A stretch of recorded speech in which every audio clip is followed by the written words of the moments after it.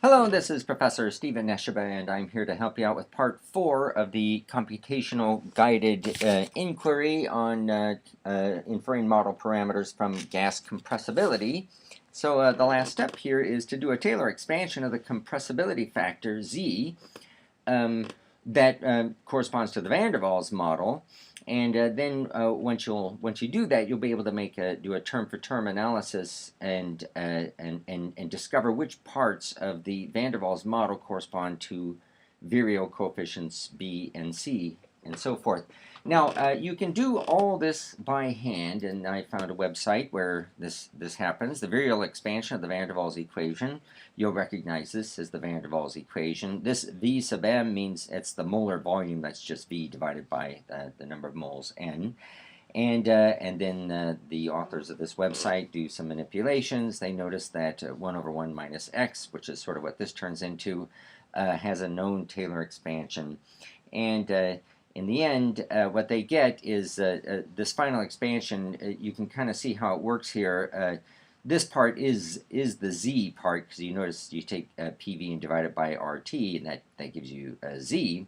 So it looks like 1 plus something times this is what you'll recognize as our molar density, rho. And so this must all be B, the virial coefficient B. This part here is there because it's the thing that multiplies by 1 over the molar volume. And then the next term there is little b squared divided by the molar volume squared. That would be times our rho squared. And so you would recognize that this must be the virial coefficient big C. And so on. Actually, you can carry on from there. Now, I'm going to recommend that you do these expansions not by hand, because well, the van der Waals equation is just one model equation, and there's lots of them. And so you can do that using the symbolic manipulator package in Python, and this is the template that we got. I've set up for you. It's SIMPy turns out to be the symbolic manipulator package for it. And just to kind of tell you what's happening here, this first command says, well, every time I use the symbol A, it's not really going to be a number. It's just going to be a symbol that you manipulate. Same for B, R, and T, and rho.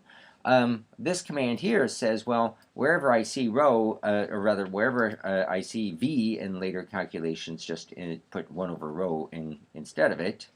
So you'll recognize this part here. This is the van der Waals equation for the pressure. There's RT divided by the molar volume minus B. Now in this equation we're assuming n equals 1 and so forth. And then Z, you know, we take that pressure times the volume divided by RT, and then that would be Z. And finally, this is a SIMPy command here, series, that says take the Taylor series of Z, whatever you just made, with respect to the variable rho, and we want to take it out to 4 terms. That 4 terms means that it'll take it all the way out to rho cubed. I hope. I'm just going to run it now and see what happens. Oh, there we go. It says the van der Waals Z is 1 plus rho, so that means whatever multiplies by rho, that must be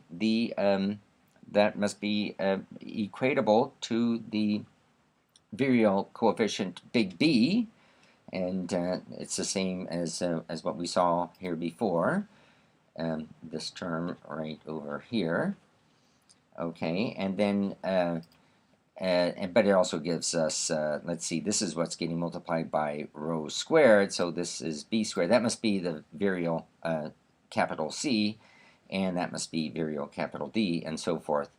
Now, you've already done this is already done for you, but now if you want, you can use Python to get the rest of these model equations.